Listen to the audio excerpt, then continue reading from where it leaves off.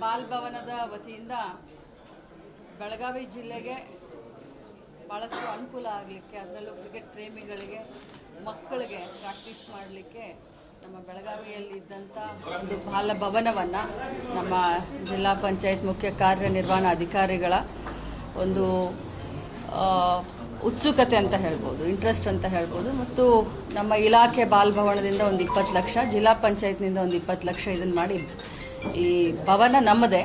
ಆದರೆ ಇದು ಬಹಳಷ್ಟು ದಿನದಿಂದ ಹಾಗೆ ಇಲ್ಲಿ ಏನು ಆ್ಯಕ್ಟಿವಿಟೀಸ್ ಇರಲಿಲ್ಲ, ಯಾವ ಕಾರ್ಯಕ್ರಮಗಳು ನಡೀತಾ ಇರಲಿಲ್ಲ, ಭಾಳ ಹಳೇದಾಗಿತ್ತು, ಶೀತಲಾವಸ್ಥೆ ಆಗಿತ್ತು. ಆದರೆ ನಮ್ಮ ರಾಹುಲ್ ಸಿಂಧೆ ಅವರ ಕಣ್ಣು ಇದ್ರ ಮೇಲೆ ಬಿದ್ದ ಮೇಲೆ ನನ್ನ ಜೊತೆ ಚರ್ಚೆ ಮಾಡಿ ಈ ಭಾಗದ ನಮ್ಮ ಮಕ್ಕಳಿಗೆ ಕ್ರಿಕೆಟ್ ಪ್ರಾಕ್ಟೀಸ್ ಮಾಡಲಿಕ್ಕೆ, ಡೇ ಆ್ಯಂಡ್ ನೈಟ್ ಪ್ರಾಕ್ಟೀಸ್ ಮಾಡಲಿಕ್ಕೆ ಬಹಳಷ್ಟು ಅತ್ಯುತ್ತಮವಾದಂಥ ಒಂದು ಇನಿಷಿಯೇಟಿವ್ ನಮ್ಮ ಸ್ಥಳೀಯ ಶಾಸಕರಾದಂಥ ರಾಜು ಸೇಠ್ ಅವರ ನೇತೃತ್ವದಲ್ಲಿ ನಡೀತು. ನಮ್ಮ ಲೋಕಲ್ MLA ಅವರು 20 ಲಕ್ಷ ಕೊಟ್ಟಿದ್ದಾರೆ, ನಮ್ಮ ಬಾಲ್ ಭವನದಿಂದ 20 ಲಕ್ಷ. ಇವತ್ತು ಈ ಥರ ಒಂದು ಉದ್ಘಾಟನೆಯನ್ನು ನಮ್ಮ ಜಿಲ್ಲಾ ಉಸ್ತುವಾರಿ ಮಂತ್ರಿಗಳಾದಂಥ ಸತೀಶಣ್ಣ ಜಾರಕಿಹೊಳಿ ಅವ್ರ ಕೈಯಿಂದ ಮಾಡಿಸಿದ್ದೀವಿ. ನಮಗಿಷ್ಟೇ ಆಶೆ, ಸರ್ಕಾರಿ ಶಾಲೆಯಲ್ಲಿ ಕಲಿತಾ ಇರುವಂಥ ಅತ್ಯುನ್ನತವಾದಂಥ ಪ್ರತಿಭೆಯನ್ನು ಹೊಂದಿದಂಥ ಕ್ರಿಕೆಟ್ ಹುಡುಗರನ್ನು ಫ್ರೀಯಾಗಿ ಅವರು ಫ್ರೀ ಹಾಸ್ಟೆಲನ್ನು ಕೂಡ ಮಾಡಿಕೊಡ್ತೀವಿ. ಅವರ ಎಜುಕೇಷನ್ ಅಂದರೆ ಅವರು ಬೆಳಗಾಂಗೆ ಅವರು ಅಡ್ಮಿಷನ್ ತೊಗೊಳ್ತಾರೆ ಅಂತಂದರೆ, ಯಾಕಂದರೆ 18 ಕ್ಷೇತ್ರ ಇರೋದ್ರಿಂದ ಸೊ ಎಲ್ಲಿಯವರು ಬಂದು ಕೂಡ ಇಲ್ಲಿ ಪ್ರಾಕ್ಟೀಸ್ 2 ತಿಂಗಳು ಬೇಸಿಗೆಯಲ್ಲಿ 2 ತಿಂಗಳು ಮೊದಲು ಪ್ರಾಕ್ಟೀಸ್ ಮಾಡಿಸ್ತೀವಿ. ಅದರಲ್ಲಿ ಯಾರು ಒಳ್ಳೆ ಪ್ರತಿಭೆ ಹೊರಹೊಮ್ಮುತ್ತಾರೆ ಅವರನ್ನು ಎಕ್ಸ್ಕ್ಲೂಸಿವ್ ಆಗಿ ಒಂದು 15 ಜನನೋ 20 ಜನನೋ ಅವರನ್ನು ಮುಂಬರುವಂಥ ರಣಜಿ ಕ್ರಿಕೆಟ್ಗಾಗಿರ್ಬೋದು ಅಥವಾ ನ್ಯಾಷನಲ್ ಕ್ರಿಕೆಟ್ಗಾಗಿರ್ಬೋದು ಅದ್ರ ಮೇಲೆ ಅವರನ್ನು ತಯಾರಿ ಮಾಡುವಂಥ ಎಲ್ಲ ಇದನ್ನು ಮಾಡ್ತಾ ಇದ್ದೀವಿ. ಜೊತೆಯಲ್ಲಿ 5 ಜನ ವಿಕಲಚೇತನರಿಗೆ ಕೂಡ ಆಸ್ಪದವನ್ನು ಈ ಒಂದು ಬಾಲಭವನ ಕ್ರಿಕೆಟ್ ಇದರಲ್ಲಿ ನಾವು ಮಾಡ್ತಾ ಇದ್ದೀವಿ. ಮರಗಳ ಕಡಿತನ ಪ್ರತಿದಿನ ಒಂದು ಕಂಡೀಷನ್ ಕೊಡ್ತಾ ಇದ್ದಾರೆ. 30 ವರ್ಷ ಶಿಕ್ಷೆ, 5 ಲಕ್ಷ ದಂಡ ಹಿಂಗೆ ಕೊಡ್ತಿದ್ದಾರೆ. ಪ್ರತಿದಿನ ಬರ್ತಾ ಇದೆ. ಇದು ಇಂದು ನಿನ್ನೆ ಆಗಿರೋದಲ್ಲ, ಕಳೆದ ದಶಕದಿಂದ ಇದು ಕಂಟಿನ್ಯೂ ಆಗಿ ಬಂದಿದೆ. ಅದಕ್ಕೆ ಸ್ಟ್ರಿಕ್ಟ್ ಆಗಿ ಅದನ್ನ ನಿಲ್ಲಿಸುವಂತ ಒಂದು ಕರೆಕ್ಟ್ ಆದ ಇದು ಸ್ಟಾರ್ಟ್ ಆಗಿಲ್ಲ ಅಂತ ಡೌಟ್. ಹೆಚ್ಚಾಗ್ತಾ ಹೋಗ್ಬಾರ್ದಾಗಿತ್ತು. ಇಲ್ಲ, ನೀವು ಹೇಳೋದು ಬಹಳಷ್ಟು ಸಮಂಜಸ ಇದೆ. ಅದನ್ನ ಯಾಕಂತಂದ್ರೆ ನಾಗರಿಕ ಸಮಾಜದಲ್ಲಿ ಎಲ್ಲರ ಜವಾಬ್ದಾರಿ ಇದೆ. ಬರೀ ಮಹಿಳಾ ಮಕ್ಕಳ ಕಲ್ಯಾಣ ಇಲಾಖೆ ಒಂದೇ ಜನ ಸಮಾಜನೂ ಸಹಕಾರ ಮಾಡಬೇಕು, ಜನನೂ ಸಹಕಾರ ಮಾಡಬೇಕು. ಮನೆಯ ಮೊದಲ ಪಾಠಶಾಲೆ ಅಂತ ಹೇಳ್ತೀವಿ. ಇದನ್ನ ತಡೆಗಟ್ಟಲಿಕ್ಕೆ, ಬೇರೆ ಸಮೇತ ಕಿತ್ತೊಗಿಲಿಕ್ಕೆ ನಮ್ಮ ಇಲಾಖೆಯಿಂದ ಆಗಲಿ ಬಹಳಷ್ಟು ನಾವು ಪ್ರಯತ್ನಗಳನ್ನು ಮಾಡ್ತಾ ಇದ್ದೇವೆ. ಕಾನೂನುಗಳನ್ನು ಶಾಸನ ರೂಪವಾಗಿ ನಾವು ವಿಧಾನಸಭೆ ಅಧಿವೇಶನದಲ್ಲಿ ಮಂಡಿಸಿದ್ವಿ.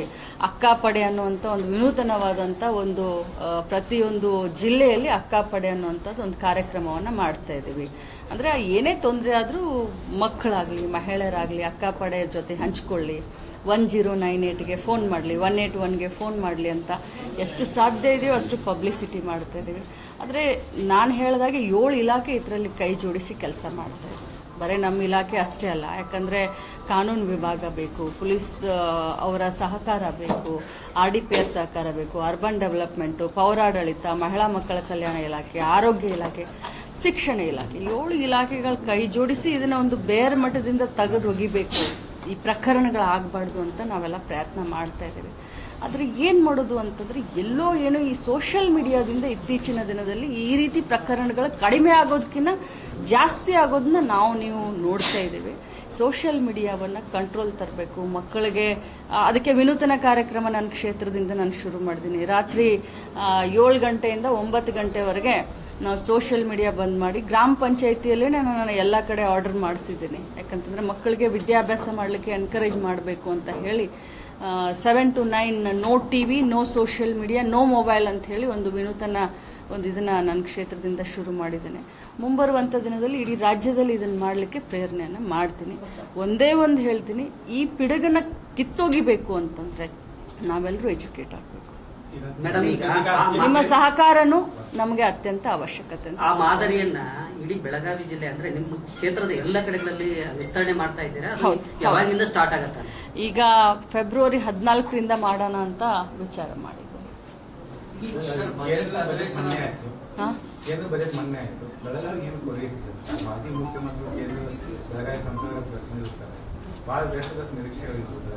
ಬೆಳಗಾವಿ ಸಂಸದರು ಹೋಗ್ತಾರೆ. ಯಾಕೋ ರಿಪಬ್ಲಿಕ್ದವ್ರು ಸ್ವಲ್ಪ ಸಾಹೇಬ್ರನ್ನು ಕೇಳ್ರು ಅನ್ಸುತ್ತೆ. ಮೇಡಮ್ ತಾವೊಂದು ಮಾತು ಹೇಳಿದ್ರಿ, ಇಲ್ಲಿ ಅಡ್ರೆಸ್ ಇಲ್ಲ ಅಂತ ಹೇಳಿ. ಇದುವರೆಗೆ ಸಂಸದರು ಏನಂತಂದ್ರೆ ಬೆಳಗಾವಿ ಜಿಲ್ಲೆಯಲ್ಲಿ ಅಡ್ರೆಸ್ ಇಲ್ಲ. ಅವ್ರು ಬರೇ ಅತಿಥಿಗಳ ಬರ್ತಾರೆ ಹೋಗ್ತಾರೆ, ಕಾರ್ಯಕ್ರಮಗಳನ್ನ attend ಆಗ್ತಾರೆ. ಇಲ್ಲ ನನಗ್ ಗೊತ್ತಿರೋ ಪ್ರಕಾರ ಏನೋ ಒಂದ್ ಸೈಟ್ ಏನೋ ತಗೊಂಡಾರ ಮನಿ ಕಟ್ತಾರ ಅಂತ ಹೇಳಿ. ಇಲ್ಲ ಸೈಟ್ ತಗೊಂಡಿದ್ದಾರೆ ಅಂತ ನ್ಯೂಸ್ ನನ್ನ ಪ್ರಕಾರ. ಮಾಡ್ತಿದ್ದಾರೆ ಮರಗಳನ್ನು ಕಡ್ದಾಕಿದ್ದಾರೆ. ತಮ್ಮ ಗಮನಕ್ಕಿಲ್ಲ ಅಂತ ತಾವು ಹೇಳಿದ್ರಿ. ಶ್ರೀಗಂಧ ಮರಗಳು ಕಡ್ದಾಕಿದ್ದಾರೆ. ಮತ್ ಯಾರು ಗಮನಕ್ಕಿಲ್ಲ ಅಂದ್ರೆ ಅವ್ರು ಹೆಂಗ್ ಕಡಿದ್ರು? ಅನುಮತಿನೂ ತಗೋದಿಲ್ಲ. ಅರಣ್ಯ ಇಲಾಖೆಯವ್ರದ್ದು ಅನುಮತಿನೂ ಇಲ್ಲ, ಅಲ್ಲಿ ಇದ್ದವ್ರಿಗೂ ಯಾರಿಗೂ ಗೊತ್ತಿಲ್ಲ ಅಂದ್ಮೇಲೆ ಈ ರೀತಿ ಕೆಲಸ ಹೆಂಗೆ, ಡೆವಲಪ್ಮೆಂಟ್ ಹೆಂಗೆ? ನೋಡಿ, ಮೊದಲನೇದಾಗಿ ಹೇಳಲಿಕ್ಕೆ ಬಯಸ್ತೇನೆ, ಇದು ಪ್ರಧಾನಮಂತ್ರಿ ಕುಸುಮ್ ಯೋಜನೆಯಲ್ಲಿ ಸೋಲಾರ್ ಇದನ್ನ ಮಾಡಲಿಕ್ಕೆ ನಮ್ಮ ಜಿಲ್ಲೆಯಿಂದ ಸುಮಾರು 600 ಎಕರೆಯನ್ನ ಸರ್ಕಾರಿ ಜಮೀನು ಇರ್ಬೋದು ಅಥವಾ ಪ್ರೈವೇಟ್ ಜಮೀನನ್ನು 600 ಎಕರೆ ಜಮೀನನ್ನು ಗುರುತಿಸಿದ್ದಾರೆ.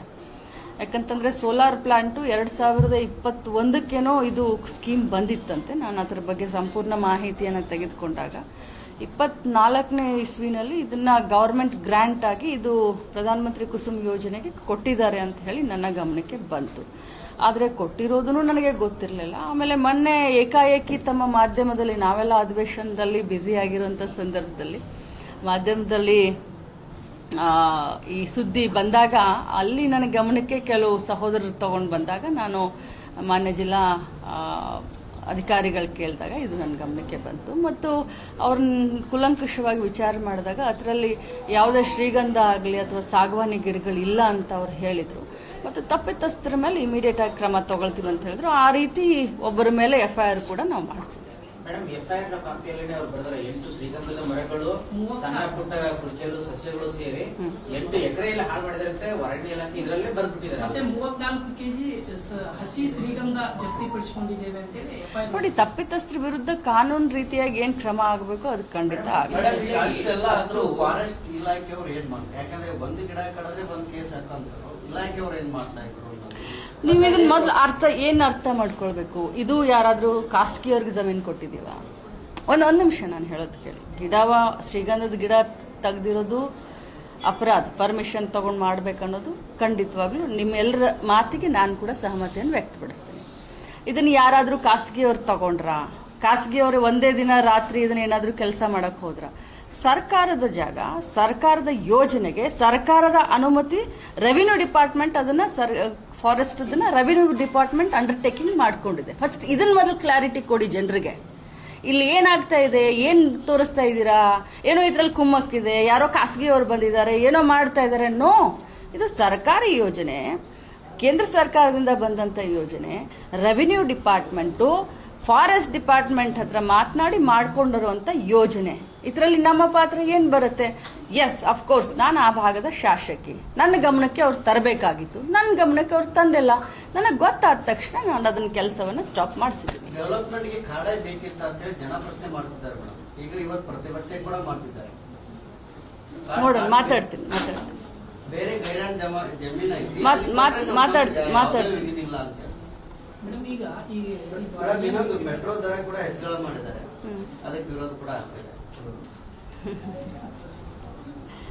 ಯಾವ್ಯಾವ ದರ ಹೆಚ್ಚಳ ಆಗಿದ್ದಾವೆ ಹೇಳ? ಡಾಲರ್ಸ್ ದರ ಏನಾಗಿದೆ ಹೇಳ ನಿಮ್ಗೆ? ಬಂಗಾರದ ದರ ಏನಾಗಿದೆ? ಬೆಳ್ಳಿ ದರ ಏನಾಗಿದೆ? ಪೆಟ್ರೋಲ್ ಏನಾಗಿದೆ? ಡೀಸೆಲ್ ಏನಾಗಿದೆ? ಗ್ಯಾಸ್ ಏನಾಗಿದೆ? ಕಾಳುಕಡಿ ದರ ಏನಾಗಿದೆ? ಎಣ್ಣೆ ದರ ಏನಾಗಿದೆ? ಕ್ರೂಡ್ ಆಯಿಲ್ ದರ ಎಷ್ಟಿತ್ತು, ಎಷ್ಟಾಗಿದೆ?